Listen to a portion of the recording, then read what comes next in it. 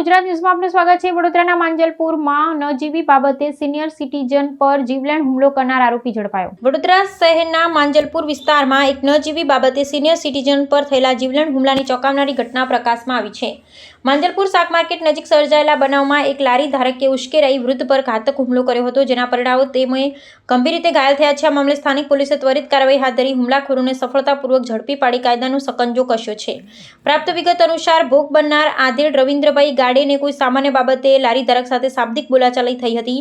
આ સામાન્ય તકરારે જોતજોતામાં ઉગ્ર સ્વરૂપ ધારણ કરી લેતા ઉશ્કેરાયેલા હુમલાખોરે રવિન્દ્રભાઈના માથાના ભાગે પ્લાયવુડના ભારે પાટિયા વડે 3 થી 4 જેટલા ગંભીર ઘા ઝીંકી દીધા હતા। આ નિર્દય મારામારીના સમગ્ર દ્રશ્યો નજીકમાં લાગેલા સીસીટીવી કેમેરામાં કેદ થઈ ગયા હતા। હુમલામાં રવિન્દ્રભાઈને માથામાં ઊંડી ઈજાઓ પહોંચતા તેમને તાત્કાલિક સારવાર અર્થે હોસ્પિટલમાં ખસેડવામાં આવ્યા હતા, જ્યાં તબીબો દ્વારા તેમને 20 જેટલા ટાંકા લેવા પડ્યા છે। આ જીવલેણ હુમલાની ઘટનાની જાણ થતાં આજે માંજલપુર પોલીસે સક્રિયતા દાખવી ગુનો નોંધ્યો હતો અને સીસીટીવી ફૂટેજના આધારે ફરાર આરોપીની સઘન શોધખોળ શરૂ કરી ત્યારે ગણતરીના સમયમાં જ દબોચી લીધો હતો। હાલમાં પોલીસ દ્વારા આરોપી વિરુદ્ધ સઘન પૂછપરછ અને આગળની કાયદેસરની કાર્યવાહી ચાલી રહી છે।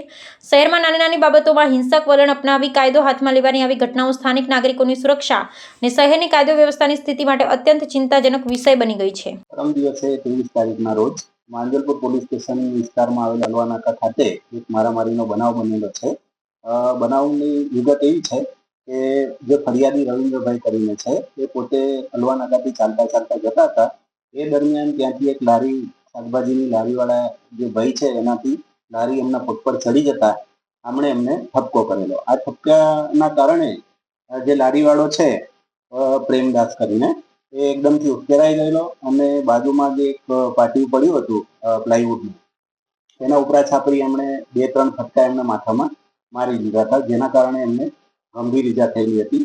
એમને તાત્કાલિક સારવાર માટે હોસ્પિટલમાં દાખલ કરવામાં આવ્યા હતા।